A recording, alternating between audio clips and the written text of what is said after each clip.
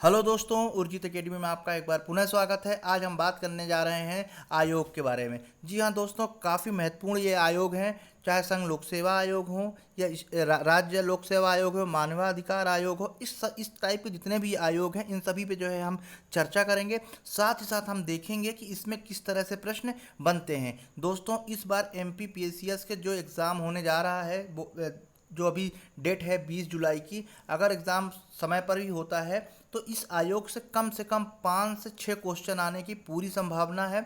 इसके अलावा जो और दूसरे राज्य हैं उनमें भी जो है जो ये PCS एग्ज़ाम होते हैं उसमें आयोग से अक्सर जो है प्रश्न पूछे जाते हैं। तो दोस्तों, सबसे पहला जो आयोग है जिस पे आज हम चर्चा करने वाले हैं वो संघ लोक सेवा आयोग है।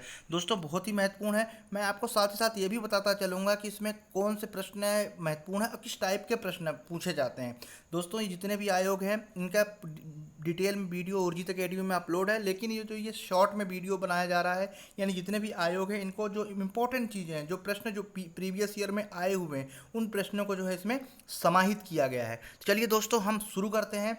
दोस्तों, इसकी PDF फाइल जो है उर्जित GS अकेडमी जो टेलीग्राम पे भी उपलब्ध है उसमें बहुत जल्द अपलोड कर दी जाएगी। चलिए दोस्तों, हम शुरू करते हैं। सबसे पहले हम बात करेंगे संघ लोक सेवा आयोग की, यानी UPSC के बारे में जो है हम बात करेंगे। तो दोस्तों, जो UPSC है, बेसिकली UPSC जो है कैसी संस्था है? एक स्वतंत्र संवैधानिक निकाय है। ठीक है, कैसी निकाय है? संवैधानिक निकाय है। दोस्तों, जितने भी आयोग हैं, चाहे UPSC हो या इसके अलावा दूसरे और आयोग हों, उन सभी में सबसे महत्वपूर्ण क्वेश्चन यही बनता है कि क्या ये संवैधानिक निकाय है या सांविधिक निकाय है। दो वर्ड बहुत महत्वपूर्ण होते हैं, एक संवैधानिक, एक सांविधिक। इस चीज़ को आप जो है जरूर याद रखिएगा कि संवैधानिक की बात हो रही है, सांविधिक। तो जो संघ लोक सेवा आयोग है ये संवैधानिक आयोग है, क्योंकि इसका संविधान में वर्णन है, यानी 315 से लेकर 323 तक UPSC का वर्णन किया गया है। इसलिए यह संवैधानिक निकाय है। ध्यान रखिएगा, संवैधानिक निकाय है, ना कि सांविधिक निकाय है। इसके बाद जो है हम बात करते हैं कि संघ लोक सेवा आयोग में जो है, जैसा अभी हमने देखा कि 315 से लेकर 323 तक जो है UPSC के बारे में, यानी संघ लोक सेवा आयोग के बारे में बताया गया है। अक्सर प्रश्न पूछा जाता है कि 315 अनुच्छेद किससे संबंधित है? वो है संघ लोक सेवा आयोग से संबंधित है। 316 उनकी नियुक्ति से है और 317 उनको हटाए जाने से यानी बर्खास्त करने से संबंधित है। और 320 संबंधित है दोस्तों उनके कार्य से संबंधित है। और जो अनुच्छेद 323 है उनके प्रतिवेदन से संबंधित है। ये खास जो आर्टिकल थे 315 से 323 तक वो मैंने आपको बताए हैं। इन्हीं में से जो है प्रश्न अक्सर पूछे जाते हैं। आप अगर प्रीवियस ईयर के पेपर देखेंगे तो उसमें ये अनुच्छेदों का जो है क्वेश्चन आपको जरूर मिलेगा। तो दोस्तों, अब हम देखते हैं कि उनकी संरचना, जितने प्रश्न बता रहा हूँ दोस्तों ये पूरे शॉर्ट में वीडियो बना लेके आया हूँ, जिससे कि आप लोगों को ये आयोग के बारे में बहुत जल्द से जल्द जो है आपको क्वेश्चन भी पता चल जाए और आपको याद करने में बिल्कुल भी दिक्कत ना आए। तो अभी हम बात कर रहे थे कि आयोग में क्या होता है, एक अध्यक्ष होता है और कम से कम 10 सदस्य होते हैं। ठीक है, यानी एक अध्यक्ष और कम से कम 10 सदस्य होंगे। ठीक है, UPSC के अध्यक्ष एवं सदस्यों की नियुक्ति कौन करता है? राष्ट्रपति। सिंपल सा प्रश्न पूछा जाता है, संघ लोक सेवा आयोग की के जो अध्यक्ष हैं या सदस्य हैं उनकी नियुक्ति कौन करता है? तो दोस्तों, संघ लोक सेवा आयोग के अध्यक्ष एवं सदस्यों की नियुक्ति राष्ट्रपति के द्वारा की जाती है। ठीक है, राष्ट्रपति UPSC के अध्यक्ष एवं सदस्यों के सेवा शर्तें निर्धारित करते हैं। ठीक है, यह प्रश्न भी पूछा जाता है कि UPSC यानी संघ लोक सेवा आयोग के अध्यक्ष एवं सदस्यों की सेवा शर्तें कौन निर्धारित करता है? तो दोस्तों, इनकी सेवा शर्तें निर्धारित करता है राष्ट्रपति, यानी भारत के जो राष्ट्रपति जी हैं वो इनकी क्या करते हैं? सेवा शर्तें निर्धारित करते हैं। राष्ट्रपति जी सेवा शर्तें निर्धारित करते हैं। इसके बाद इनका कार्यकाल बहुत महत्वपूर्ण है। कार्यकाल होता है 6 वर्ष की अवधि या 65 वर्ष की आयु, यानी कोई भी अध्यक्ष या सदस्य है उसका अगर 6 वर्ष का कार्यकाल होगा, 6 साल का काम करेंगे, या अगर 65 वर्ष की उनकी एज हो जाती है तो वो क्या हो जाएंगे? रिटायर हो जाएंगे। ठीक है, तो अभी तक हमने जाना कि संवैधानिक निकाय है, राष्ट्रपति के द्वारा नियुक्त होते हैं। 315 से 323 तक जो है इनके बारे में उपबंध है, बताया गया है, और इनकी सेवा शर्तें राष्ट्रपति निर्धारित करते हैं। दोस्तों, एक एक शब्द बहुत महत्वपूर्ण है और इससे ही प्रश्न आने हैं, इसके बाहर एक प्रश्न भी नहीं आएगा। और कम से कम इस बार MPPCS से 5 प्रश्न 100% जो है इसी से आएगा। आयोग से ही 5 क्वेश्चन जो है आयोग से आएगा, इसलिए बिल्कुल इसको अच्छी तरह से रट लीजिए आप लोग। ठीक है, तो अभी हम बात कर रहे थे कार्यकाल के बारे में। तो दोस्तों इनका जो कार्यकाल है, इनका बेसिकली कार्यकाल है 6 वर्ष की जो अवधि है या 65 वर्ष की आयु, जो पहले होगा उसके हिसाब से जो है चलेगा। यानी 6 वर्ष का कार्यकाल अगर पूरा हो जाता है तो ये रिटायर हो जाएंगे, या तो इनकी एज 65 वर्ष हो जाएगी तो भी ये जो है ये रिटायर हो जाएंगे। इसके बाद हम बात करते हैं संघ लोक सेवा आयोग अपनी वार्षिक रिपोर्ट। ठीक है, हर प्रति वर्ष आयोग अपनी एक रिपोर्ट प्रस्तुत करता है। किसको? ये अपनी रिपोर्ट सौंपते हैं, किसको सौंपेंगे दोस्तों? तो ये अपनी रिपोर्ट सौंपेंगे राष्ट्रपति को। ठीक है, ये भी प्रश्न पूछा जाता है कि आयोग यानी संघ लोक सेवा आयोग अपनी वार्षिक की रिपोर्ट किसे सौंपता है? तो सौंपता है राष्ट्रपति जी को। ध्यान रखिए, संघ लोक सेवा अपनी वार्षिक की रिपोर्ट किसे सौंपता है? राष्ट्रपति जी को। और राष्ट्रपति जी संसद के दोनों सदनों के पटल पर जो है इस रिपोर्ट को रखवाते हैं। ठीक है, प्रस्तुत करवाते हैं। इसके बाद संसद द्वारा संघ लोक सेवा आयोग के कार्य क्षेत्र में विस्तार कर सकती है। यानी कि अगर लोक सेवा आयोग के कार्य क्षेत्र को बढ़ाना है तो कौन बढ़ाएगी? संसद बढ़ाएगी। ये इसको जो है आप अच्छी तरह से याद कर लीजिए, संसद बढ़ाएगी, ना कि यहाँ पे राष्ट्रपति नहीं बढ़ाएंगे। ठीक है, इस चीज़ को भी जो है आप ध्यान रखिए कि राष्ट्रपति उनके कार्य क्षेत्र को नहीं बढ़ाएंगे, बल्कि बढ़ाएगा कौन? संसद जो है उनके कार्य क्षेत्र को, यूपीएससी कार्य क्षेत्र को बढ़ाएगी। यूपीएससी का अध्यक्ष कार्यकाल के बाद, ये सबसे महत्वपूर्ण जो है क्वेश्चन होगा कि जो संघ लोक सेवा आयोग है, संघ लोक सेवा आयोग के जो अध्यक्ष हैं, कार्यकाल के बाद भारत सरकार या राज्य सरकार के अधीन किसी भी पद पर या नौकरी के पात्र नहीं होंगे। मान लीजिए जो अध्यक्ष हैं और जो अध्यक्ष हैं यूपीएससी के, जैसे ही उनका कार्यकाल समाप्त होगा, चाहे स्टेट गवर्नमेंट हो या केंद्र सरकार के, किसी भी पद या किसी नौकरी के पात्र नहीं होंगे। ऐसा क्यों किया जाता है? ऐसा करने के पीछे मेन रीज़न ये होता है कि जो भी जब वो कार्यकाल में रहें तो अपने भविष्य का सोचकर वो ऐसा किसी भी निर्णय ना लें। ठीक है, अक्सर क्या होता है कि ये ह्यूमन टेंडेंसी है कि अगर इस टाइप की चीज़ें नहीं होती हैं तो भविष्य का आदमी सोचता है ना। तो इनके साथ ये बाध्यता है कि आप भविष्य का ना सोच के जो वर्तमान में आप जिस कार्यकाल में चल रहा है उसकी सोचें। इसीलिए जो है इनको किसी भी नौकरी के पात्र नहीं होते रिटायर होने के बाद। ठीक है, वहीं यूपीएससी के जो सदस्य होते हैं, ठीक है, कौन होते हैं? जो यूपीएससी के सदस्य होते हैं, सदस्य क्या हो सकते हैं? सदस्य यूपीएससी के अध्यक्ष बन सकते हैं। इसके अलावा जो दूसरे स्टेट हैं उनके भी अध्यक्ष ये नियुक्त हो सकते हैं। ठीक है, ध्यान रखिएगा, उनके कार्यकाल होने के बाद यानी जो यूपीएससी के सदस्य हैं वो यूपीएससी के अध्यक्ष बन सकते हैं, या दूसरे स्टेट के अध्यक्ष, जो स्टेट पीसीएस होता है उसके अध्यक्ष बन सकते हैं। इसके अलावा चाहे स्टेट हो या सेंट्रल गवर्नमेंट, किसी के भी जो उसमें नौकरी के पात्र नहीं होंगे। ठीक है, ये हो गई यूपीएससी। ये जो मेन क्वेश्चन थे दोस्तों यूपीएससी संबंधित, ये इसमें जो है समाहित कर दिए गए। अब हम अगली टॉपिक पे जो है बात करेंगे। जो अगला टॉपिक है वो है हमारा राज्य लोक सेवा आयोग। ठीक है, कौन सा है? राज्य लोक सेवा आयोग। हम राज्य लोक सेवा आयोग के बारे में बात करेंगे, यानी स्टेट पब्लिक सर्विस कमीशन। ठीक है, राज्य लोक सेवा आयोग, जो राज्य लोक सेवा आयोग के अध्यक्ष एवं सदस्यों की जो नियुक्ति, ठीक है, राज्य लोक सेवा आयोग के अध्यक्ष एवं सदस्यों की नियुक्ति कौन करता है? राज्यपाल करता है। ठीक है, ये ध्यान रखिएगा, वहाँ राष्ट्रपति जी करते थे, यहाँ पर राज्यपाल जी करते हैं। ठीक है, इसके बाद राज्य लोक सेवा आयोग के अध्यक्ष एवं सदस्यों की जो सेवा शर्तें हैं, ठीक है, राज्य लोक सेवा आयोग की जो सेवा शर्तें हैं वो कौन डिसाइड करता है? वो डिसाइड करते हैं राज्यपाल जी। ठीक है, नियुक्ति राज्यपाल जी करते हैं, और जो उनकी सेवा शर्तें हैं वो भी निर्धारित कौन करता है? वो भी निर्धारित करते हैं राज्य के राज्यपाल। आयोग के अध्यक्ष एवं सदस्यों का जो कार्यकाल होता है वो कितने वर्ष का होता है? तो दोस्तों जो आयोग के अध्यक्ष होते हैं और जो सदस्य होते हैं उनकी जो अवधि होती है कार्यकाल की वो 6 वर्ष की होती है, या 62 वर्ष की आयु जो पहले हो तब तक रहता है। यूपीएससी में 6 वर्ष 65 वर्ष था, लेकिन यहाँ पर क्या है? 6 वर्ष की अवधि या 62 वर्ष की आयु जो पहले हो उसके हिसाब से जो है इनका कार्यकाल तय होता है। इसके बाद देखते हैं कि जो राज्य लोक सेवा आयोग के अध्यक्ष एवं सदस्यों को राष्ट्रपति द्वारा हटाया जाता है। ये सबसे महत्वपूर्ण चीज़ है। ठीक है, नियुक्त कौन करता है? नियुक्त तो करते हैं राज्यपाल जी, लेकिन हटाने का प्रावधान किसको है? राष्ट्रपति जी को है। अब राष्ट्रपति जी कैसे हटाते हैं? राष्ट्रपति जी इसको वैसे ही हटाते हैं जैसे संघ लोक सेवा आयोग को। अब संघ लोक सेवा आयोग के अध्यक्ष एवं सदस्यों कैसे हटाते हैं? तो दोस्तों कदाचार के अलावा, ठीक है, कदाचार या असक्षमता के कारण जो है राष्ट्रपति हटाते हैं। लेकिन इसको हटाने से पहले ये क्या करते हैं? सर्वोच्च न्यायालय को इसकी जांच के लिए कहते हैं। जांच में यदि सर्वोच्च न्यायालय कहता है कि इनको पद से हटा देना चाहिए तो फिर क्या है? फिर राष्ट्रपति जी पद से हटा देते हैं। ठीक है, तो ध्यान रखिएगा, नियुक्ति और सेवा शर्तें राज्यपाल निर्धारित करते हैं, लेकिन हटाते कौन है? इनको हटाने का अधिकार किसको है? हटाने का अधिकार राष्ट्रपति जी को है। दोस्तों इन्हीं में से प्रश्न बनते हैं, अलग से कोई प्रश्न बन के नहीं आता, इन्हीं में से प्रश्न बनते हैं। और अक्सर जो है हम गलत कर देते हैं क्योंकि यहाँ पे सेवा अवधि गलत करते हैं या सेवा शर्तें गलत करते हैं। और ये एमपीपीसी से प्रश्न पूछा जा चुका है कि राज्य लोक सेवा आयोग के अध्यक्ष सदस्यों कौन हटाता है? तो दोस्तों उसमें राज्यपाल भी ऑप्शन होगा, तो राज्यपाल ना होके राष्ट्रपति जी हैं। ठीक है, इस चीज़ का आप जो है ध्यान रखेंगे। इसके बाद जो है इसी में अगला है राज्य लोक सेवा आयोग एवं अध्यक्ष जो है वेतन भत्ता पेंशन सभी जो है राज्य की संचित निधि पे भारित है। वहाँ पे किस पे? वहाँ पे केंद्र सरकार की संचित निधि पे भारित है, लेकिन यहाँ पर राज्य की संचित निधि पे भारित है। दोस्तों ये प्रश्न भी पूछा जा चुका है। इसमें जितने प्रश्न पढ़ेंगे आप देखेंगे किसी न किसी एग्जाम में आए हुए हैं, खासकर एमपीपीसीएस या दूसरे राज्य के जो स्टेट पीसीएस उसमें आए हुए ही हैं।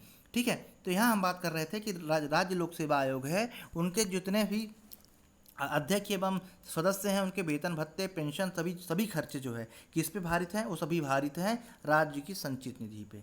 ठीक है, आगे हम बात करते हैं राज्य लोक सेवा आयोग के अध्यक्ष अपने कार्यकाल के बाद। अब हाँ, बहुत इंपॉर्टेंट आया यहाँ पे कि जो राज्य लोक सेवा आयोग है उनके जो अध्यक्ष हैं, ठीक है, जो उनके अध्यक्ष हैं राज्य लोक सेवा आयोग के, वो कार्यकाल के बाद यूपीएससी के अध्यक्ष या सदस्य बन सकते हैं। ठीक है, यानी जो राज्य स्टेट के जो पीएससी के अध्यक्ष हैं वो उनका कार्यकाल जब समाप्त हो जाता है तो वो क्या है? यूपीएससी के क्या बन सकते हैं? अध्यक्ष बन सकते हैं या उसका सदस्य बनते हैं या किसी अन्य राज्य के अध्यक्ष बन सकते हैं। ठीक है, क्योंकि अध्यक्ष तो थे ही, अब जिस राज्य के वो दूसरे राज्य के भी अध्यक्ष बन सकते हैं, यूपीएससी या के अध्यक्ष या सदस्य बन सकते हैं। ठीक है, परंतु भारत सरकार या राज्य सरकार के अधीन किसी भी नौकरी के पात्र नहीं होंगे, ये ध्यान रखिएगा। ठीक है, कंडीशन सेम कि भविष्य का ना सोचें। ठीक है, तो इसलिए जो है पात्र नहीं होंगे। ठीक है, ध्यान रखिएगा अच्छी तरह से।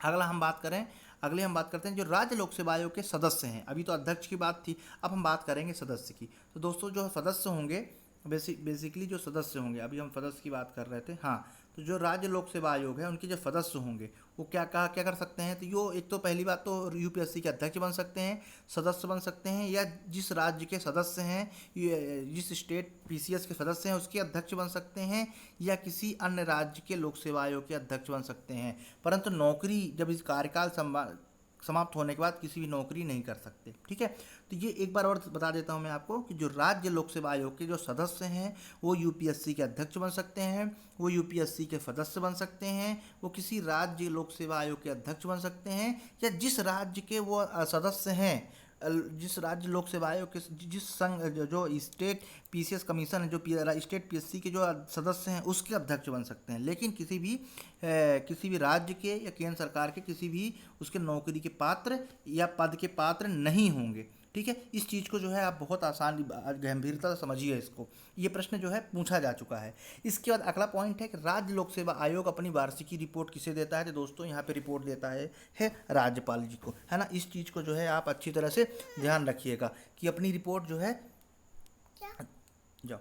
अपनी रिपोर्ट देता है किसको? अपनी वार्षिकी रिपोर्ट देता है राज्यपाल जी को। इस चीज़ को जो है आप ध्यान रखिएगा कि रिपोर्ट देता है किसको? वार्षिक रिपोर्ट राज्यपाल को, है ना। राज्यपाल जी को अपनी वार्षिकी रिपोर्ट देता है। ठीक है, अगली हम बात कर लेते हैं इसमें कि राज्यपाल जो है, राज्यपाल राज्य लोक सेवा आयोग के दायरे से किसी भी पद सेवा या विषय को हटा सकता है। यहाँ ये बहुत महत्वपूर्ण है। ठीक है, किसी भी पद सेवा या विषय को जो है वो क्या कर सकता है? हटा सकता है स्टेट में। ठीक है, अब इसके बाद एक बहुत ही महत्वपूर्ण टॉपिक आता है, वो है संघ लोक सेवा आयोग। संघ लोक सेवा आयोग का मतलब संयुक्त राज्य लोक सेवा आयोग का मतलब क्या है? एक या एक से अधिक राज्यों का एक ही संघ लोक सेवा आयोग होगा ना। ठीक है, इसके पहले जो है जब पंजाब और हरियाणा में जो बंटवारा हुआ, जब दोनों बंटवारा हुआ तो उन्होंने क्या किया?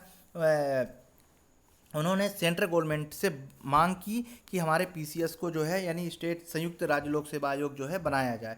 तो जो है उस समय पर ये बना था। तो इसके लिए क्या प्रावधान है? इसके लिए प्रावधान है कि जिस के लिए संयुक्त करना है उसमें जो है वहाँ के विधानमंडल जो है वहाँ से आग्रह करता है। ठीक है, तब जाके जो है क्या बनता है? तब जाके संयुक्त राज्य लोक सेवा आयोग राज्य लोक सेवा आयोग बनता है। अब इसके बारे में हम बात करते हैं। तो जो है संयुक्त राज्य लोक सेवा आयोग, है ना, संयुक्त राज्य लोक सेवा आयोग के जो अध्यक्ष हैं वो सदस्य हैं उनकी नियुक्ति राष्ट्रपति करते हैं। ठीक है, अब यहाँ राज्यपाल नहीं करते, संयुक्त की बात कर रहा हूँ। केवल अगर स्टेट की बात करते तो करते, लेकिन यहाँ पर हम किसकी बात कर रहे हैं, हम बात कर रहे हैं यहाँ पर संयुक्त राज्य लोक सेवा आयोग की, जिसकी नियुक्ति करेंगे यहाँ पर राष्ट्रपति जी। आगे हम बात करते हैं संयुक्त राज्य लोक सेवा आयोग के अध्यक्ष और सदस्यों का जो कार्यकाल होगा। ठीक है, कार्यकाल कितना होगा, 6 वर्ष की आयु, 6 वर्ष की आयु होगी या 62 वर्ष की 6 वर्ष का अवधि होगी, कार्यकाल की 6 वर्ष की अवधि होगी या 62 वर्ष की आयु होगी। जो स्टेट में होता है वो भी यहाँ पर भी होगा। इसके बाद जो है संयुक्त राज्य लोक सेवा आयोग के सदस्यों की सेवा शर्तें राष्ट्रपति निर्धारित करते हैं। ठीक है, संयुक्त की बात कर रहे हैं हम, ध्यान रखिएगा। ठीक है, संयुक्त की कौन निर्धारित करता है, राष्ट्रपति निर्धारित करते हैं, लेकिन राज्यों की राज्यपाल निर्धारित करते हैं सेवा शर्तें। ठीक है, इसके बाद संयुक्त राज्य लोक सेवा अपनी जो है वार्षिकी प्रतिवेदन किसे सौंपते हैं, तो दोस्तों वार्षिकी जो प्रतिवेदन है वो सौंपते राज्यपाल जी को हैं, ये इंपॉर्टेंट है। नियुक्ति राष्ट्रपति करते हैं, सेवा शर्तें भी राष्ट्रपति निर्धारित करते हैं, हटाते भी राष्ट्रपति जी हैं, लेकिन यहाँ पर जो है संयुक्त राज्य लोक सेवा आयोग अपनी वार्षिकी प्रतिवेदन किसे देते हैं, अपने अपने राज्यपालों को देते हैं। यानी जब 2 राज्य होंगे संयुक्त, क्योंकि 2 राज्यों का संयुक्त बनेगा राज्य लोक सेवा आयोग, तो क्या करेंगे, दोनों अपने अपने राज्यपालों को जो है इसकी वार्षिकी रिपोर्ट सौंपेंगे। ठीक है, चलिए हम आगे देखते हैं इसमें इसके बाद हम आगे देख लेते हैं कि अब निर्वाचन आयोग। ठीक है, तो अभी तक हमने पढ़ा यूपीएससी, एक स्टेट पीएससी, और इसके बाद संयुक्त पीएससी जो ज्वाइंट होता है। ये तीनों के बारे में हमने देखा कि इनके कार्यकाल कैसे होते हैं, संवैधानिक निकाय है, कितने से कितना जो है अनुच्छेद में इनका वर्णन है, कौन हटा सकता है, कार्यकाल कितना है, और कौन सदस्य या जो सदस्य या अध्यक्ष हैं किसके पात्र होंगे, ये सारी चीज़ें पे जो हमने चर्चा की। और दोस्तों यहीं से प्रश्न बनते हैं, आप देखेंगे प्रीवियस अगर क्वेश्चन उठा के देखेंगे तो आपको यहीं से जो है प्रश्न मिलेंगे। तो अब हम बात करेंगे निर्वाचन आयोग की। दोस्तों काफ़ी महत्वपूर्ण है निर्वाचन आयोग। निर्वाचन आयोग बेसिकली एक संवैधानिक निकाय है, एक बात ध्यान रखिएगा, संवैधानिक निकाय है। क्यों, संविधान के किसमें वर्णन है दोस्तों, संविधान के अनुच्छेद 324 में वर्णन किया गया है चुनाव आयोग के बारे में। अक्सर प्रश्न पूछा जाता है अनुच्छेद 324 संबंधित है, तो आपको पता होना चाहिए संबंधित है, ये चुनाव आयोग से संबंधित है। इसके बाद ये किसके चुनाव करवाते हैं दोस्तों, ये चुनाव करवाते हैं राष्ट्रपति, उपराष्ट्रपति, राज्य विधानमंडलों के जो है चुनाव करते हैं। यानी राज्य निर्वाचन जो है, जो निर्वाचन आयोग जो है, जो राज्य विधानसभा होते हैं इनके भी चुनाव ये करवाते हैं। ठीक है, ये ध्यान रखिएगा। इसके बाद इसमें कौन कौन होता है, तो एक मुख्य चुनाव आयुक्त होता है, यानी एक अध्यक्ष होता है, 2 अन्य चुनाव आयुक्त सदस्य के रूप में जो है इसमें होते हैं। चुनाव आयुक्त, मुख्य चुनाव आयुक्त एवं अन्य चुनाव आयुक्तों की जो है सेवा शर्तें जो है अब पदावधि कौन निर्धारित करता है, ये निर्धारित करते हैं राष्ट्रपति जी। बहुत महत्वपूर्ण है, ध्यान रखिएगा, अक्सर प्रश्न पूछा जाता है सेवा शर्तें किसकी कौन निर्धारित करता है। तो दोस्तों मुख्य चुनाव आयुक्त एवं अन्य चुनाव आयुक्त की सेवा शर्तें कौन निर्धारित करता है, तो इनकी निर्धारित करते हैं राष्ट्रपति जी। इसके बाद अगला हम बात करते हैं इनका कार्यकाल। दोस्तों इनका वही कार्यकाल होता है जो संघ लोक सेवा आयोग के अध्यक्ष एवं सदस्य का होता है। जी हाँ दोस्तों, हम बात कर रहे हैं इनके कार्यकाल के बारे में। तो जो इनका बेसिकली जो कार्यकाल होता है वो कार्यकाल होता है 6 वर्ष, 6 वर्ष की अवधि या 6 वर्ष की अवधि या 65 वर्ष की आयु। ठीक है, 6 वर्ष की अवधि या 65 वर्ष की आयु, जो पहले होगा वहीं तक इनका कार्यकाल होता है। यानी 6 वर्ष अगर कार्यकाल पूरा हो गया, अवधि पूरी हो गई तो रिटायर हो जाएंगे, या 65 वर्ष की आयु आ जाएगी तो भी ये रिटायर हो जाएंगे। दोस्तों इसके बाद जो है इन्हें कैसे हटाया जाता है, तो दोस्तों हटाने के लिए बहुत सारी विधि है। वो अपना त्यागपत्र भी दे सकते हैं, या दुर्व्यवहार या असक्षमता के कारण जो है संसद के दोनों सदनों में विशेष बहुमत के द्वारा प्रस्ताव पारित करके राष्ट्रपति जी जो है इनको हटा सकते हैं। हटाने की प्रोसेस सेम जैसे सीएजी को हटाते हैं, या सर्वोच्च न्यायालय के अध्यक्ष को हटाते हैं, या उच्च न्यायालय के जो न्यायाधीश होते हैं उनको हटाते हैं, उनकी ये प्रोसेस सेम है। तो चुनाव आयोग को भी हटाने की प्रोसेस सेम है। दुर्व्यवहार या सक्षमता के कारण संसद के दोनों सदनों द्वारा विशेष बहुमत से, दोनों सदनों में पारित होना चाहिए, ना कि एक सदन में, दोनों सदनों द्वारा पारित करके जो है राष्ट्रपति द्वारा हटा सकते हैं। ठीक है, तो ये होगा इनकी जो है प्रोसेस। दोस्तों बहुत ही ब्रीफ में लाया गया है, इन्हीं से प्रश्न जो है मैं बार बार कह रहा हूँ, यहीं से प्रश्न जो है पूछे जाते हैं, तो आप बिल्कुल भी मिस मत कीजिएगा। नोट इसलिए बहुत इंपॉर्टेंट है क्योंकि इसमें वो चीज़ लिखी जाती है जो कि वो चीज़ नहीं होती है। ठीक है, तो राज्यों में होने वाले जो पंचायत और निगम के चुनाव होते हैं उससे कोई संबंध नहीं है चुनाव आयोग का, उसके लिए एक अलग बनाया गया है। दोस्तों जो 73वां संविधान संशोधन है, 74वां संविधान संशोधन है, तो दोस्तों जिसमें 73वां संविधान संशोधन संबंधी जितने भी तथ्य हैं, फैक्ट हैं, डिस्क्रिप्शन है, सारा उर्जित जीएस एकेडमी पे जो है वो वीडियो जो है अपलोड कर दिया गया है। तो उसी के तहत जो है जो पंचायती चुनाव हुए, जो पंचायत 76वां संविधान संशोधन, उसमें जो है एक प्रावधान किया गया है कि जो राज्यों के चुनाव, जो राज्य के जो निगम, जो क्षेत्रीय चुनाव होंगे, मतलब पंचायतों के निगम के चुनाव होंगे, उसके लिए राज्य निर्वाचन आयोग गठन किया जाएगा। उसको जो केंद्र का निर्वाचन आयोग है वो नहीं करेगा। तो यहाँ कहने का मतलब ये है कि जो निर्वाचन आयोग है वो राज्यों में होने वाले पंचायतों और निगम के चुनावों को इसका कोई संबंध नहीं है, ध्यान रखिएगा, है ना, क्योंकि राष्ट्रपति, उपराष्ट्रपति और राज्यों के विधानमंडलों का चुनाव इसके माध्यम से कराए जाते हैं। अब ये टॉपिक जो है यहाँ समाप्त हुआ। अब हम नए टॉपिक पे बात करेंगे। जी हाँ दोस्तों, हमारा नया टॉपिक है अनुसूचित जाति आयोग। ठीक है, ये भी हमारे टॉपिक में है, बहुत महत्वपूर्ण है, मैं बार बार कर रहा हूँ, बहुत महत्वपूर्ण है। और इससे एक न एक प्रश्न जो है प्रतिवर्ष इस बार भी आने की पूरी संभावना है। ठीक है, चलिए हम देख लेते हैं। तो जो अनुसूचित जाति आयोग है, ये संवैधानिक निकाय है। एक चीज़ मैं फिर बता दूं, एक संवैधानिक है ना कि सांविधिक है। इन दोनों में अक्सर जो है स्टूडेंट बार बार कन्फ्यूज़न होते हैं, तो इसमें कन्फ्यूज़न नहीं होना चाहिए। संविधान के 338 में वर्णित है और ये संवैधानिक संस्था है, निकाय है, ना कि सांविधिक है। ठीक है, सांविधिक नहीं है। सांविधिक जो होगा मैं उसको बताता चलूँगा, तो इसको नोट कर लीजिए। जितने मैंने इसमें बताया है दोस्तों बहुत महत्वपूर्ण है, एक एक लाइन बहुत महत्वपूर्ण है, क्योंकि ये सेलेक्टेड लाइन है। इसमें किसी भी प्रकार का ऐसा बिल्कुल गार्बेज चीज़ें नहीं रखी गई जिसमें आप समझ में ना, यही प्रश्न जो है प्रश्न पूछे जाते हैं। तो मैं उम्मीद करता हूँ कि आप लोग इसे एज अ नोट्स बनाएंगे, जिससे कि आसानी से आप लोगों को समझ में आ जाए। तो दोस्तों यहाँ पे आयोग जो है, आयोग मतलब यहाँ पे जो अनुसूचित जाति आयोग है, ये एक संवैधानिक निकाय है, ना कि सांविधिक निकाय है। ठीक है, अब अनुसूचित जाति जो है, पहले अनुसूचित जाति एवं जनजाति एक ही आयोग के माध्यम से चलते थे। ठीक है, लेकिन 2003 में, ठीक है, 2003 में 89वें संविधान संशोधन द्वारा, कौन सा संविधान संशोधन द्वारा दोस्तों? 89वें संविधान संशोधन जो है अनुसूचित जाति एवं जनजाति आयोग को दो भागों में विभाजित कर दिया गया। ठीक है, यानी दो भागों में दोनों क्या हो गए, दोनों भागों में ये विभाजित हो गए, यानी अनुसूचित जनजाति अलग हो गया, अनुसूचित जाति जो है अलग हो गया। ठीक है, कौन सा संविधान संशोधन द्वारा? 89वें और 2003 में। और इस तरह से 2004 में जो है ये पृथक अनुसूचित जाति आयोग का अस्तित्व में आया, अनुच्छेद 338 के तहत। ठीक है, एक एक चीज़ ध्यान रख लीजिए अच्छी तरह से, इन्हीं में से प्रश्न आएगा और मिस नहीं होना चाहिए। 5 क्वेश्चन, 5 क्वेश्चन दोस्तों बहुत होता है। अगर आपसे नहीं बनता है, किसी और से बनता है, इसका मतलब ये है कि आप एग्ज़ाम से हट गए।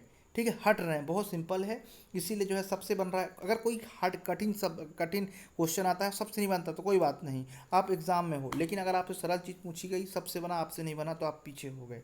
ठीक है, तो इसे ध्यान रखिएगा कि 2003 में 89वें संविधान संशोधन द्वारा जो है अनुसूचित जाति जनजाति आयोग को अलग किया गया, और 2004 से क्या है, ये बिल्कुल सेपरेट, पृथक रूप से अनुसूचित जाति आयोग जो है अस्तित्व में आ गया। आगे हम बात करते हैं आयोग में। अब इसकी संरचना हम देखते हैं। तो अनुसूचित जाति जो आयोग है, हम बात कर रहे हैं संवैधानिक निकाय है, 338 के तहत ये वर्णन है।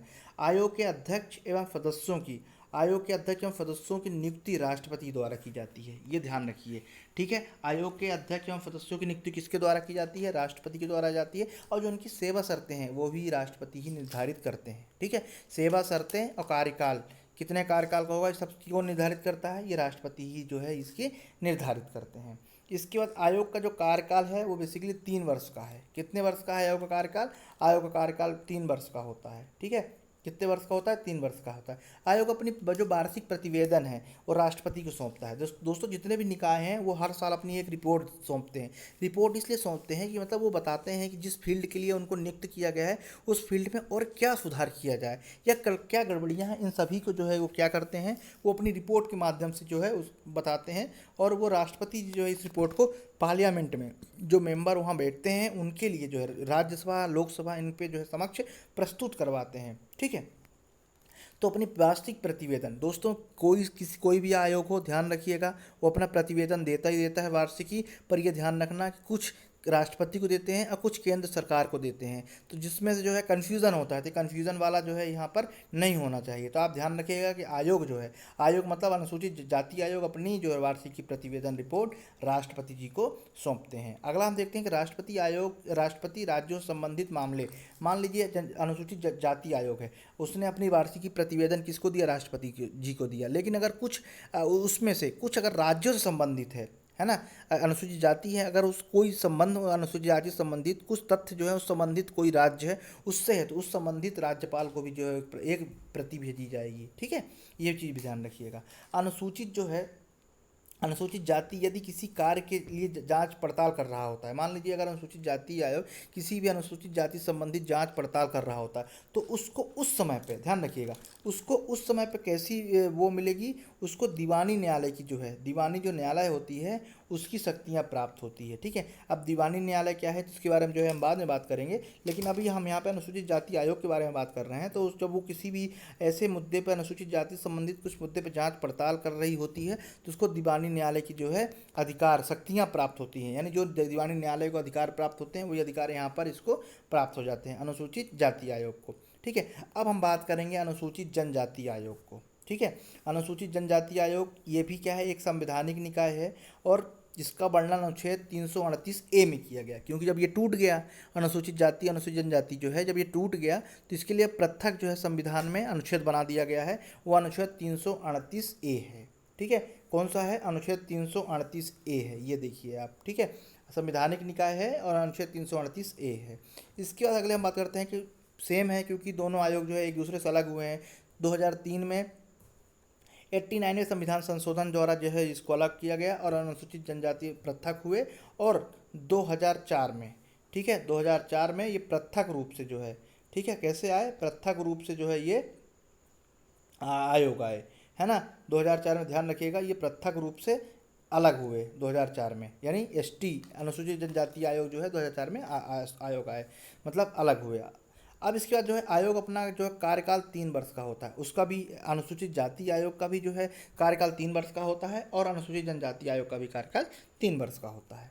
इसके बाद जो अनुसूचित जाति आयोग है, अनुसूचित जनजाति आयोग के अध्यक्ष एवं सदस्यों की नियुक्ति कौन करता है। दोस्तों नियुक्ति सेम जैसे वहाँ पे थे राष्ट्रपति द्वारा किया जाता है, तो यहाँ पर भी नियुक्ति जो है राष्ट्रपति के द्वारा ही किया जाता है। अपना वार्षिकी प्रतिवेदन भी ये राष्ट्रपति को ही सौंपते हैं। यदि कोई मामले ऐसे होते हैं जो राज्यों संबंधित है, तो संबंधित राज्यपाल को भी जो है आयोग क्या करता है, वो उसको एक प्रति वार्षिकी रिपोर्ट की सौंपता है। ठीक है, यहाँ एक महत्वपूर्ण चीज़ ये है कि उसको अनुसूचित जाति आयोग को दीवानी न्यायालय का अधिकार प्राप्त है, लेकिन यहाँ इनको जो है इनको दीवानी ना होकर इनको प्राप्त है सिविल न्यायालय का जो है अधिकार क्षेत्र प्राप्त होता है।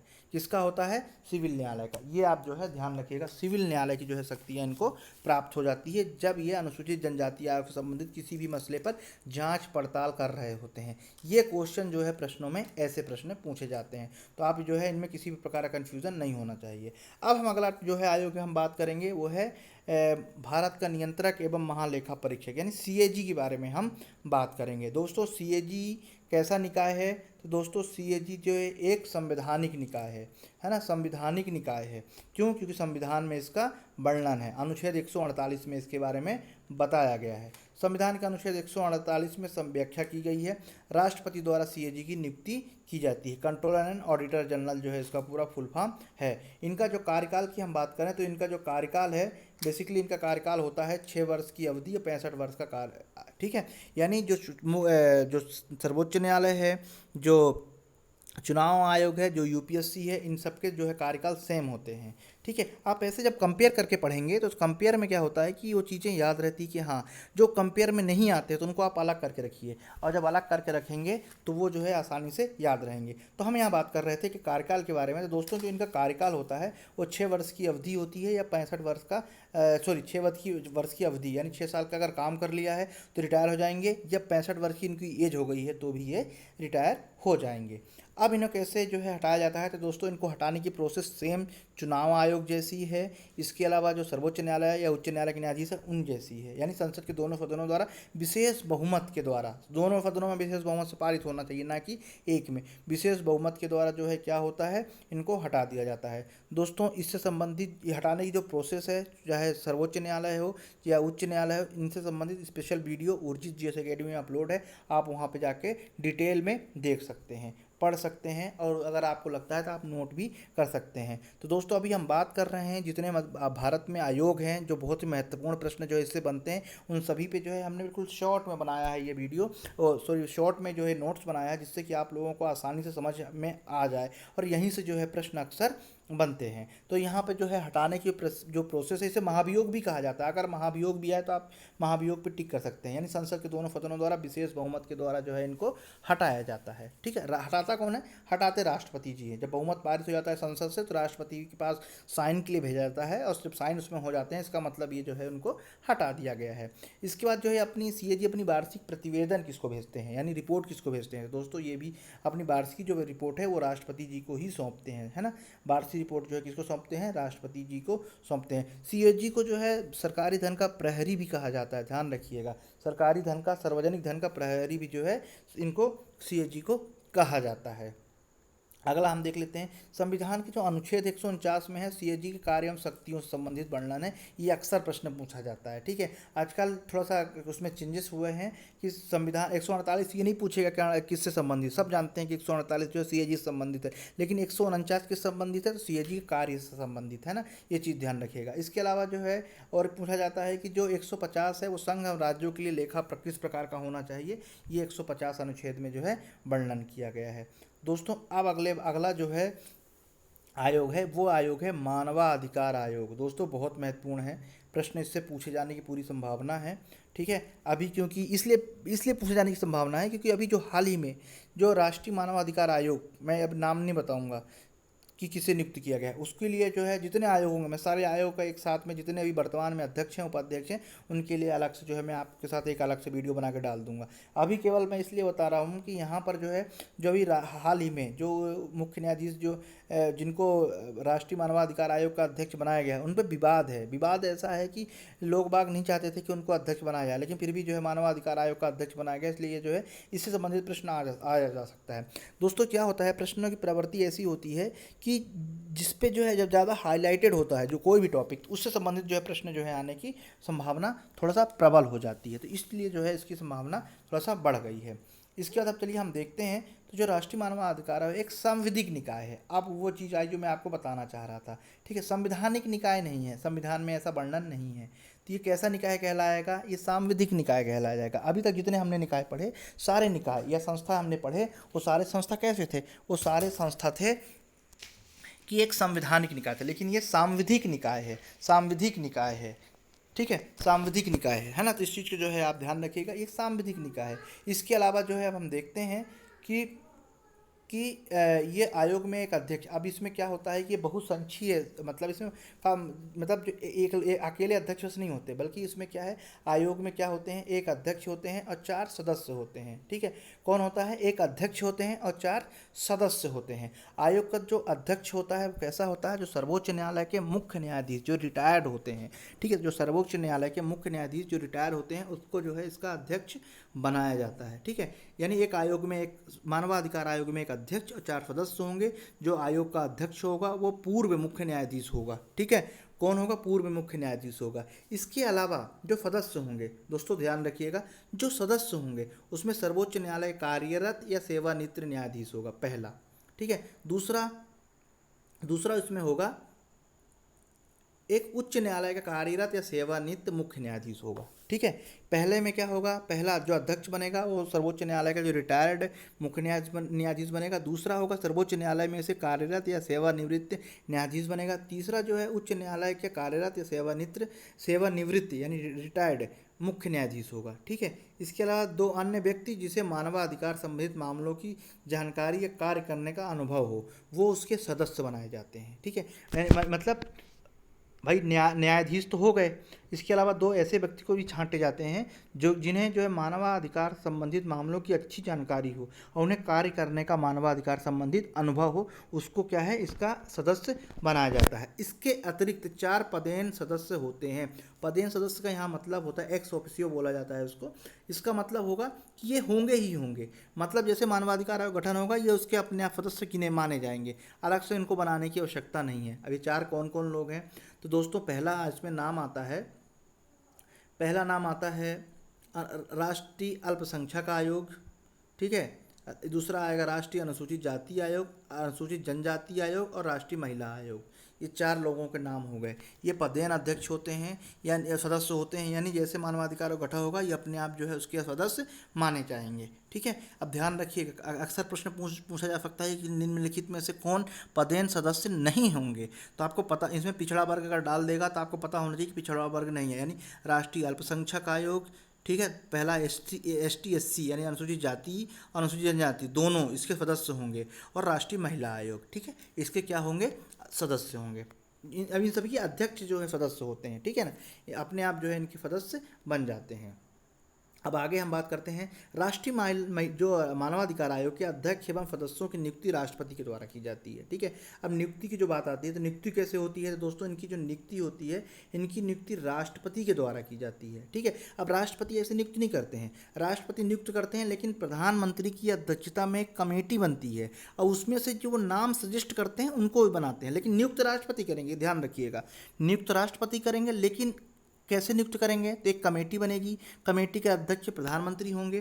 ठीक है, अब जब वो जो कमेटी यानी समिति जो है मतलब क्या सिफारिश करेगी, उस सिफारिश पे जैसे मान लीजिए 5 लोग हैं, अब राष्ट्रपति जी हैं, अब राष्ट्रपति में से सबसे पहले 5 एक कमेटी बनी प्रधानमंत्री अध्यक्षता में, उन कमेटी ने डिस्कस किया कि इसको बनाना है, तो फिर राष्ट्रपति जी उसको नियुक्त कर देंगे। ठीक है, तो अब इस कमेटी में कौन कौन सदस्य होते हैं, तो प्रधानमंत्री अध्यक्ष हो गए, लोकसभा अध्यक्ष, राज्यसभा के उपसभापति, लोकसभा के विपक्ष के नेता और राज्यसभा के विपक्ष के नेता और गृह मंत्री, ये इस समिति में रहते हैं। तब समिति याद रखिएगा, क्योंकि समिति से प्रश्न पूछा जा सकता है कि जब मानवाधिकार आयोग के अध्यक्ष या मानवाधिकार आयोग की जो नियुक्ति की जाती है अध्यक्ष की, तो समिति में कौन कौन होते हैं। तो ध्यान रखिए, मैं फिर से रिपीट करता हूँ, समिति में होंगे सबसे पहले प्रधानमंत्री अध्यक्ष होंगे, लोकसभा के अध्यक्ष होंगे, राज्य के उपसभापति होंगे, लोकसभा में विपक्ष के नेता, राज्यसभा में विपक्ष के नेता और केंद्रीय गृह मंत्री, ये क्या होंगे, ये इसके सदस्य होंगे। ये सब मिलके क्या करेंगे, एक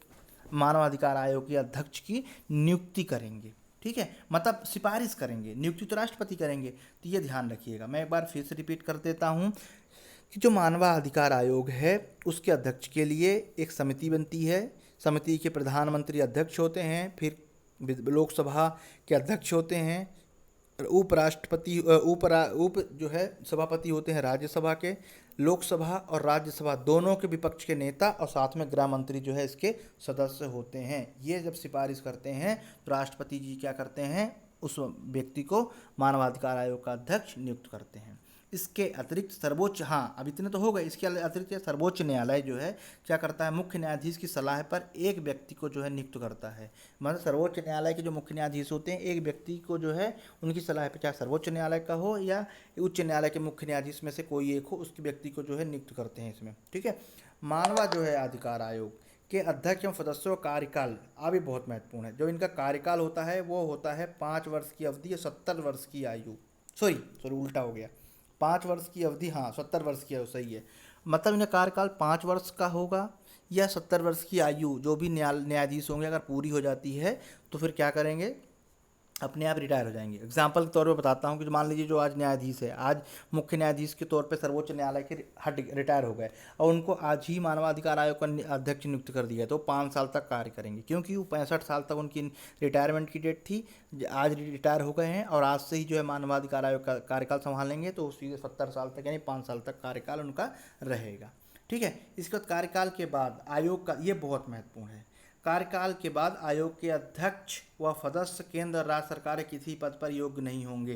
ठीक है, नहीं होंगे क्योंकि भविष्य का सोच के अगर कोई निर्णय देते हैं, अगर इनको लगेगा कि मुझे फिर से नौकरी करनी है तो जो निर्णय देंगे तो निर्णय सटीक नहीं होगा, तो इसलिए क्या करते हैं ये सरकार, मतलब कैसा वो बनाया गया है कि ये भविष्य में दोबारा जो है किसी भी नौकरी के, रहे राज्य सरकार हो या केंद्र सरकार के, जो है किसी भी नौकरी के पात्र नहीं होंगे। यानी ये जब भी कोई डिसीजन दें तो भविष्य का सोच के ना दें। ठीक है, इसीलिए ये सब नियम बनाए गए हैं। ये प्रश्न पूछा जा सकता है कि क्या राष्ट्रीय जो मानवाधिकार आयोग के जो अध्यक्ष सदस्य हैं क्या अपने कार्यकाल के बाद किसी भी नौकरी या नियोजन के पात्र होंगे, तो दोस्तों ना राज्य के ना केंद्र के किसी के ये नियोजन के पात्र नहीं होंगे, है ना, यह ध्यान रखिएगा। आयोग के अध्यक्ष एवं सदस्यों को राष्ट्रपति द्वारा हटाया जाता है। किसके द्वारा हटाया जाता है दोस्तों, तो हटाने की प्रवृत्ति जो है राष्ट्रपति के द्वारा जो है आयोग के अध्यक्ष एवं सदस्यों को जो है क्या किया जाता है, हटाया जा सकता है। मानवाधिकार आयोग के अध्यक्ष सदस्यों के वेतन भत्ते एवं अन्य सब शर्तें जो है केंद्र सरकार निर्धारित करती है। यहाँ राष्ट्रपति निर्धारित नहीं करते, ये ध्यान रखिएगा, केंद्र सरकार निर्धारित करती है। यानी जो मानवाधिकार आयोग के अध्यक्ष एवं सदस्य की जो सेवा शर्तें और वेतन भत्ते हैं, ये सभी निर्धारित करती है केंद्र सरकार। ठीक है। इसके अलावा जो है अगला क्वेश्चन है कि राष्ट्रीय मानवाधिकार आयोग के पास सिविल न्यायालय जैसी शक्तियां होती हैं। जब वो काम कर रहा होता है सिविल न्यायालय जैसी शक्तियां होती हैं। ध्यान रखिएगा, जो मानवाधिकार आयोग है एक सलाहकारी निकाय है। ठीक है, सिफारिश कर सकता है लेकिन डिसीजन नहीं दे सकता, किसी को सज़ा नहीं दे सकता, ये चीज़ भी ध्यान रखिएगा। ये जो मैंने आपसे शब्द अभी बोला है, ये प्रश्न आया हुआ है कि ये एक कैसा निकाय है, तो सांविधिक निकाय है, ना कि संवैधानिक है, और सलाहकारी निकाय है। सलाह देता है, सरकार का मानना ना मानना सरकार की ऊपर रहता है, यानी बाध्य नहीं रहता कि यानी हमने सिफारिश कर दी तो आपको मानना है। ठीक है, लेकिन हाँ कारण बताना पड़ेगा कि आप हमने जो सिफारिश की है क्यों नहीं मान रहे हो। मत मानो, कोई दिक्कत नहीं, लेकिन आपको बताना पड़ेगा कि आपने हमारी बात क्यों नहीं मानी, ये बताना जो है सरकार की जिम्मेदारी है, बताना पड़ेगा। ठीक है। राष्ट्रीय मानवाधिकार एक ऐसी किसी मामले में अगर नहीं कर सकता, मतलब हाँ, राष्ट्रीय मानवाधिकार जो है उसकी एक विशेषता ये है कि वो एक वर्ष से ज़्यादा अगर कोई मामला है, मान लीजिए मानवाधिकार संबंधित मामला ही क्यों ना हो, पर एक वर्ष से यानी 1 साल से ज़्यादा हो गया है, उसकी जांच वो नहीं करेगा फिर। ठीक है, ये प्रश्न भी पूछा गया है दोस्तों, बहुत ही महत्वपूर्ण है। इसके बाद आयोग के कार्य सिफारिश एवं सलाहकारी होते हैं। यानी आयोग के, जैसे मैंने अभी बताया कि इनके कार्य सिफारिश कैसे होते हैं, सलाहकारी होते हैं। यानी ये सिफारिश कर सकते हैं कि इसको मुआवजा दिया जाए। ठीक है, जैसे अक्सर प्रश्न ये पूछा जाता है, जैसे बंदी गृह होता है, यानी जो जेल होते हैं, निरीक्षण करते हैं कि देखिए किसी व्यक्ति ने ऐसा कोई कृत्य किया हो जिसको कानून के तहत जेल में भेजा गया है, चलिए ठीक है भेज गया, लेकिन जेल के अंदर भी जो उनको किसी भी एक व्यक्ति को, ठीक है, जीवित रहने के लिए या जो उसके अधिकार हैं वो क्या उसको जेल के अंदर भी मिल रहे हैं, वो ये काम भी जो है मानवाधिकार योग जो है ये करता है। ठीक है, कोई भी व्यक्ति हो, चाहे कितना जघन्य अपराध क्यों ना किया हो, पर उसका जो एक प्राकृतिक ने बनाया हुआ है जो मानव अधिकार है, क्या उसको मिल रहा है नहीं मिल रहा है, यही जो जांच कर सकते हैं। यानी किसी भी बंदी गृह में ये औचित्य निरीक्षण कर सकते हैं। ठीक है, ध्यान रखिएगा, प्रश्न पूछा जा चुका है। आयोग अपनी वार्षिक जो प्रतिवेदन रिपोर्ट है वो किसको, केंद्र सरकार को सौंपता है। ठीक है, और जो संबंधित किसी राज्य से होता है वो राज्य सरकार को भी देता है। तो यहाँ पे राष्ट्रपति को नहीं सौंपता, ध्यान रखिएगा, यहाँ राष्ट्रपति को सौंपने का कोई प्रावधान नहीं है। यहाँ प्रावधान किसको है, केंद्र सरकार को है। तो जो वार्षिकी रिपोर्ट है किसको सौंपते हैं, केंद्र सरकार को सौंपते हैं। ठीक है, ध्यान रखिएगा। आयोग के दंड देने का अधिकार नहीं है, ये बहुत ही महत्वपूर्ण है ना। आयोग क्यों केवल सलाह दे सकता है, दंड जो है यानी किसी को सजा नहीं दे सकता। तो दोस्तों ये रहा राष्ट्रीय मानवाधिकार, बहुत महत्वपूर्ण था, इससे प्रश्न अक्सर बनते हैं, तो ध्यान रखिएगा। अभी हम केवल राष्ट्रीय स्तर पे जो है जितने अधिक आयोग पढ़ रहे हैं, हम मध्य प्रदेश स्तर पे भी पढ़ेंगे, और इससे प्रश्न जो है मैं इस बार जहाँ तक मुझे उम्मीद है कि 5 से 6 क्वेश्चन इस बार MPPCS के एग्ज़ाम में ज़रूर ही आएगा, और एक भी क्वेश्चन मिस नहीं होना चाहिए। एकदम बिल्कुल जो है क्वेश्चन जिस फॉर्म में पूछा जाता है उसी फॉर्मेट में जो है ये पूरा आपको बताया जा रहा है। ठीक है, अब हम बात करेंगे राज्य मानवाधिकार आयोग के बारे में। तो दोस्तों राज्य मानवाधिकार आयोग में एक अध्यक्ष होते हैं और 2 अन्य सदस्य होते हैं। अध्यक्ष जो होते हैं वो सर्वोच्च न्यायालय के सेवानिवृत्त मुख्य न्यायाधीश, सदस्य जो है उच्च न्यायालय के सेवानिवृत्त या कार्यरत जो है न्यायाधीश होते हैं। ठीक है, इसके अलावा जो है राज्य जिला न्यायालय का कोई भी न्यायाधीश जिसे 7 वर्ष का कार्य करने का अनुभव हो, वो भी जो है इसका जो है सदस्य जो राज्य मानवाधिकार आयोग का जो है सदस्य बन सकता है। ठीक है, कितने वर्ष का अनुभव हो, 7 वर्ष का उसको अगर अनुभव है तो भी ये राज्य मानवाधिकार आयोग का अध्यक्ष बन सकता है। एक अध्यक्ष होता है जो उच्च न्यायालय के मुख्य न्यायाधीश रिटायर्ड होता है, और एक सदस्य होता है। सदस्य कौन सा होता है, सदस्य वो होता है जो उच्च न्यायालय में न्यायाधीश कार्यरत है, सेवानिवृत्त है, और कोई जिला न्यायालय के न्यायाधीश जिसे 7 वर्ष का अनुभव है वो भी इसका सदस्य जो है हो सकता है। आयोग के अध्यक्ष और सदस्यों की नियुक्ति राज्यपाल करते हैं, ये ध्यान रखिएगा, है ना। आयोग के जो अध्यक्ष हैं और सदस्य हैं उनकी नियुक्ति जो है राज्यपाल करते हैं। राज्यपाल कैसे करते हैं दोस्तों, तो इसके लिए एक समिति बनाई जाती है। जैसे वहाँ पर प्रधानमंत्री की अध्यक्षता में बनाई जाती थी, यहाँ पर जो है मुख्यमंत्री की अध्यक्षता में बनाई जाती थी। जो वहाँ प्रधानमंत्री की अध्यक्षता में बनाई जाती थी उसमें गृह मंत्री होते थे, लोकसभा के अध्यक्ष होते थे, उपसभापति राज्यसभा के होते थे, और दोनों उसके जो है राज्यसभा और लोकसभा के विपक्ष के नेता होते थे। साथ ही साथ गृह मंत्री के अलावा जो है सर्वोच्च न्यायालय के मुख्य न्यायाधीश के सलाह पर एक उच्च न्यायालय के मुख्य न्यायाधीश या सर्वोच्च न्यायालय के न्यायाधीश होते थे समिति में। पर यहाँ पर जो है मुख्यमंत्री की अध्यक्षता में एक समिति गठित की जाती है, जिसमें मुख्यमंत्री अध्यक्ष होते हैं, राज्य के गृह मंत्री और राज्य के जो है विपक्ष के नेता जो है इसके सदस्य होते हैं। इन्होंने जिस नाम को अनुशंसा कर दी, ठीक है, उसी को जो है राज्यपाल राज्य का जो है मानवाधिकार आयोग नियुक्त कर देते थे। लेकिन यहाँ पर एक ये बात ये है कि अगर जिस राज्य में विधान परिषद है तो उस विधान परिषद के अध्यक्ष और विपक्ष के नेता भी जो है इसमें शामिल होते हैं। पर क्योंकि हर राज्य में विधान परिषद नहीं है तो इसलिए जो है इसको नोट करके बताया गया है। अगला एक राज्य मानवाधिकार आयोग के अध्यक्ष सदस्यों का जो कार्यकाल है सेम वही कार्यकाल है जो राष्ट्रीय मानवाधिकार आयोग का है, यानी 5 वर्ष या 70 वर्ष की आयु जो पहले हो उसी के तहत जो है इनका कार्यकाल बनाया गया है। ठीक है, 5 वर्ष से 70 वर्ष की आयु जो भी पहले हो, ताकि जो है इनका कार्यकाल होता है। आयोग से कार्य पूरा होने पर अध्यक्ष सदस्य के जो है किसी केंद्र या राज्यसभा के राज्य के किसी के भी जो है पद ग्रहण या नौकरी के पात्र नहीं होंगे, जैसा कि राष्ट्रीय मानवाधिकार आयोग में बताया गया है। राज्य मानवाधिकार आयोग के अध्यक्ष सदस्यों के राष्ट्रपति द्वारा हटाया जाता है। ठीक है, ध्यान रखिएगा, वहाँ पर भी राष्ट्रपति द्वारा हटाया जाता था, लेकिन यहाँ पर भी राष्ट्रपति द्वारा हटाया जाएगा, लेकिन नियुक्त राज्यपाल द्वारा किया जाएगा। ये सेम वैसा ही हो रहा है जैसे यूपीएससी और स्टेट पीएससी में जो है उन अध्यक्षों और सदस्यों की नियुक्ति होती थी। ठीक है, हटाने का राष्ट्रपति। अब राष्ट्रपति कैसे हटाएंगे दोस्तों, तो हटाने की प्रोसेस सेम है।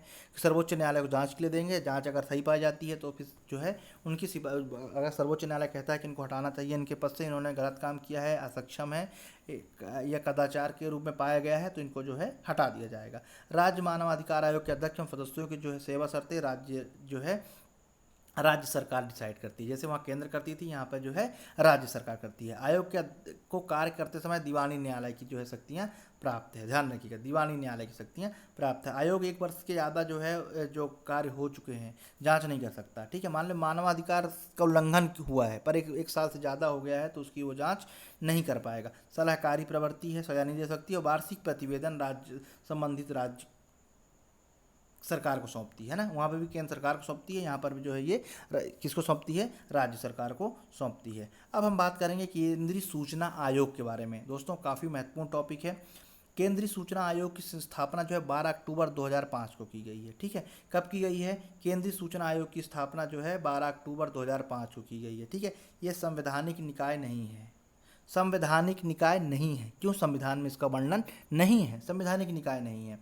ठीक है, इसके बाद आयोग में एक अध्यक्ष और 10 मैक्सिमम अधिकतम 10 सदस्य होते हैं। ठीक है, आयोग के अध्यक्ष और सदस्यों की नियुक्ति राष्ट्रपति करते हैं।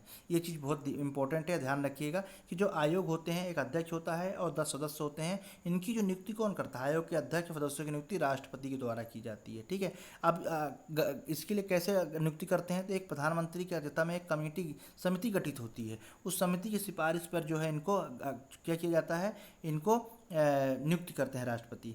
समिति में कौन कौन होता है, तो दोस्तों समिति में होते हैं प्रधानमंत्री, लोकसभा में विपक्ष का नेता और प्रधानमंत्री द्वारा मनोनीत एक मंत्री। ठीक है, वहाँ पर मानवाधिकारों को आयोग में 6-7 लोग थे, लेकिन यहाँ पर 3 लोग होते हैं। प्रधानमंत्री अध्यक्ष हो गए, इसके अलावा लोकसभा में विपक्ष का नेता और प्रधानमंत्री अगर किसी एक व्यक्ति को नॉमिनेट करते हैं कैबिनेट का मंत्री, वो जो है इसका सदस्य बनेगा। आयोग के अध्यक्ष सदस्यों को संसद व किसी राज्य विधानसभा सदस्य नहीं होना चाहिए। अगर जो ये आयोग है सूचना आयोग, जो इसके सदस्य हैं वो किसी लाभ के पद पे ना हो या किसी भी संसद या राज्य के जो है विधानमंडल उसका जो है सदस्य या अध्यक्ष कुछ भी किसी पद पर कार्यरत नहीं होना चाहिए। ठीक है, यहाँ एक इम्पोर्टेंट चीज़ ये है कि जो इनका कार्यकाल है 5 वर्ष या 65 वर्ष की आयु, दोनों जो में से पहले होगा वही होगा। ठीक है, आयोग के अध्यक्ष सदस्यों को राष्ट्रपति कदाचार के आधार पर सर्वोच्च न्यायालय की जांच के बाद जो है हटाते हैं। ठीक है, तो हटाने की प्रोसेस हटा कौन सकता है, हटा राष्ट्रपति जी कर सकते हैं कदाचार के द्वारा। ठीक है, कदाचार के द्वारा यानी सर्वोच्च न्यायालय जांच के बाद अगर बोले तो जो है उसको हटाया जा सकता है। इसके बाद जो है कार्य करते समय इनको किसी शक्तियाँ प्राप्त है दोस्तों, तो कार्य करते समय इनको जो है दीवानी न्यायालय की शक्तियाँ प्राप्त है। अपनी वार्षिक प्रतिवेदन केंद्र सरकार को देते हैं। ठीक है, कौन सी हम बात कर रहे हैं, यहाँ पे हम बात कर रहे हैं सूचना आयोग की, केंद्रीय सूचना आयोग की। तो केंद्र सरकार क्या करती है, वार्षिक प्रतिवेदन उनको सौंपती है, दीवानी न्यायालय को इनको जो शक्तियाँ प्राप्त है। इसके बाद राज्य सूचना आयोग है दोस्तों। तो राज्य सूचना आयोग में एक मुख्य सूचना आयुक्त तथा अधिकतम 10 सूचना आयुक्त होते हैं, जिनकी नियुक्ति राज्यपाल द्वारा की जाती है। ठीक है, अब राज्यपाल नियुक्ति करते हैं ठीक वैसे जैसे यहाँ पे एक समिति, वहाँ प्रधानमंत्री की अध्यक्षता में, यहाँ पे मुख्यमंत्री। तो इसमें मुख्यमंत्री होते हैं विधानसभा में विपक्ष के नेता, और मुख्यमंत्री द्वारा जो है एक नॉमिनेट कैबिनेट मंत्री होता है। आयोग के अध्यक्ष का कार्यकाल 5 वर्ष या 65 वर्ष की आयु होती है। राज्यपाल अध्यक्ष आयोग के राज्यपाल आयोग के अध्यक्ष सदस्यों को हटा सकता है। अब यहाँ पे राज्यपाल इनको हटा सकता है, ध्यान रखिएगा, ठीक है। तो राज्यपाल आयोग के अध्यक्ष सदस्यों को हटा सकता है, पर इसकी जांच सर्वोच्च न्यायालय करेगा। अगर वो सिफारिश करता है तो फिर क्या करते हैं, राज्यपाल जो है इनको हटा सकते हैं। कार्य करते समय इनको भी कैसी शक्तियां प्राप्त है, दीवानी न्यायालय की जो है शक्तियां इनको भी प्राप्त है। आयोग अपनी वार्षिक प्रतिवेदन संबंधित राज्य सरकार को देता है, ना कि राज्यपाल को, है ना। यही क्वेश्चन जो दोस्तों यहाँ से बन के आते हैं। जो भी इस वीडियो को देखेगा अच्छी तरह से अपना नोट्स बनाइए एक एक चीज़ को, इसमें बहुत ही अच्छी तरह समझाया गया है एक एक। जैसे आप यूपीएससी डालिए, जो मैंने प्रावधान लिखे हैं एक एक करके उसको नोट कीजिए। और इसके बाद अगर आप पढ़ते हैं या वीडियो को सहित पूरा देखते हैं, मैं उम्मीद करता हूं कि आप अगर 5 को प्रश्न आएंगे तो 5 के 5 आपसे सही होंगे, गलत हो ही नहीं सकते। आपको 1 से 2 बार जो है आपको रिपीट करना है, तुलनात्मक तौर से पढ़िए, ठीक है। दोस्तों चाहे कितनी भी अच्छी किताब ले लीजिए या कितने अच्छे भी ट्यूटर को देख लीजिए, जब तक आप स्वयं नहीं पढ़ेंगे तब तक आपको याद नहीं होगा। ये एकदम बिल्कुल 100% एकदम बिल्कुल ये सत्य है। इसमें किसी प्रकार का कोई नहीं झुठला सकता, चाहे मैं हूँ या कोई दूसरा महान से महान व्यक्ति हो। अगर स्वयं जब तक नहीं पढ़ेगा तब तक वो चीज़ उसको नहीं बनेगी, चाहे कितनी भी अच्छी बुक क्यों ना हो या कितना अच्छा वीडियो क्यों ना हो। तो दोस्तों इसलिए मैं बार बार जोर दे रहा हूँ कि आप इसको पूरा जो है पढ़िए, इसको आप पूरा देखिए। इसके बाद अपना नोट्स बनाइए। नोट्स बनाएंगे तो एक बार आप पढ़े रहेंगे, जब नोट्स बनाएंगे तो आपको चीज़ें याद रहेंगी, ठीक है। चलिए आगे देखते हैं। दोस्तों ये वीडियो बनाने में बहुत मेहनत की है मैंने।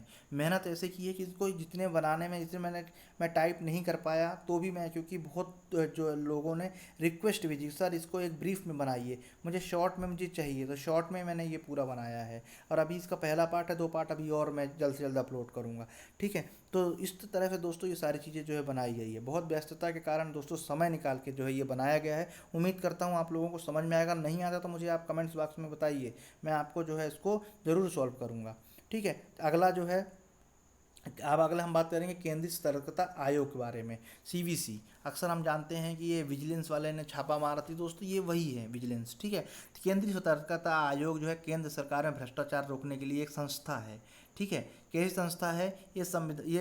एक संवैधानिक सांविधिक है, सॉरी। इसकी अक्सर प्रश्न पूछा जाता है कि सीवीसी यानी केंद्रीय सतर्कता आयोग की स्थापना किसके द्वारा की गई है। दोस्तों ये संस्थानम समिति ने एक क्या किया है, सिफारिश किया था, तब जाके इसका जो है गठन किया गया था। 2003 में संसद द्वारा पारित एक विधि द्वारा इसे सांविधिक दर्जा दिया गया है। पहले ये सांविधिक दर्जा नहीं था, पर 2003 में प्रस्ताव पारित करके जो है इनको संवैधानिक में जो सांविधिक दर्जा दिया गया है। इसमें एक अध्यक्ष होते हैं और 2 सदस्य होते हैं, ठीक है। एक अध्यक्ष, सीवीसी में एक अध्यक्ष और 2 सदस्य होते हैं। सीवीसी के अध्यक्ष या सदस्यों की नियुक्ति राष्ट्रपति द्वारा की जाती है, एक समिति द्वारा गठित की जाती है। हाँ, हमेशा इन जैसे कुछ आयोग ऐसे हैं जिनकी जो है ऐसे नियुक्ति नहीं होती, उसके लिए समिति जो है गठित की जाती है, वरना मनमानी तौर पे नहीं होगा। आप समिति गठित होगी तो यहाँ सब अपनी अपनी राय देते हैं, और खासकर जो विपक्ष के लोग होते हैं, देखो विपक्ष को भी शामिल किया जाता है, यानी इतनी ट्रांसपेरेंसी होती है इनको गठित करने में, ठीक है।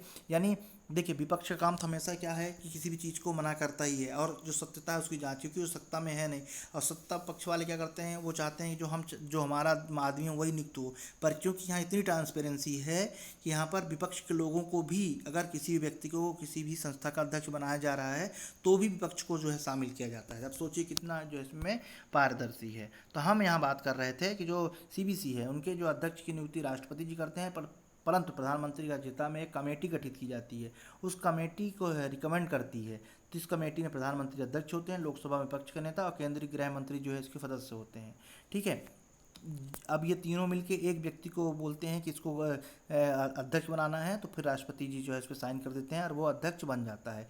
यहाँ सबसे इम्पोर्टेंट दोस्तों है कि इनका कार्यकाल 65 वर्ष की आयु तो है ही है, साथ में इनका जो अवधि है वो 4 वर्ष की है।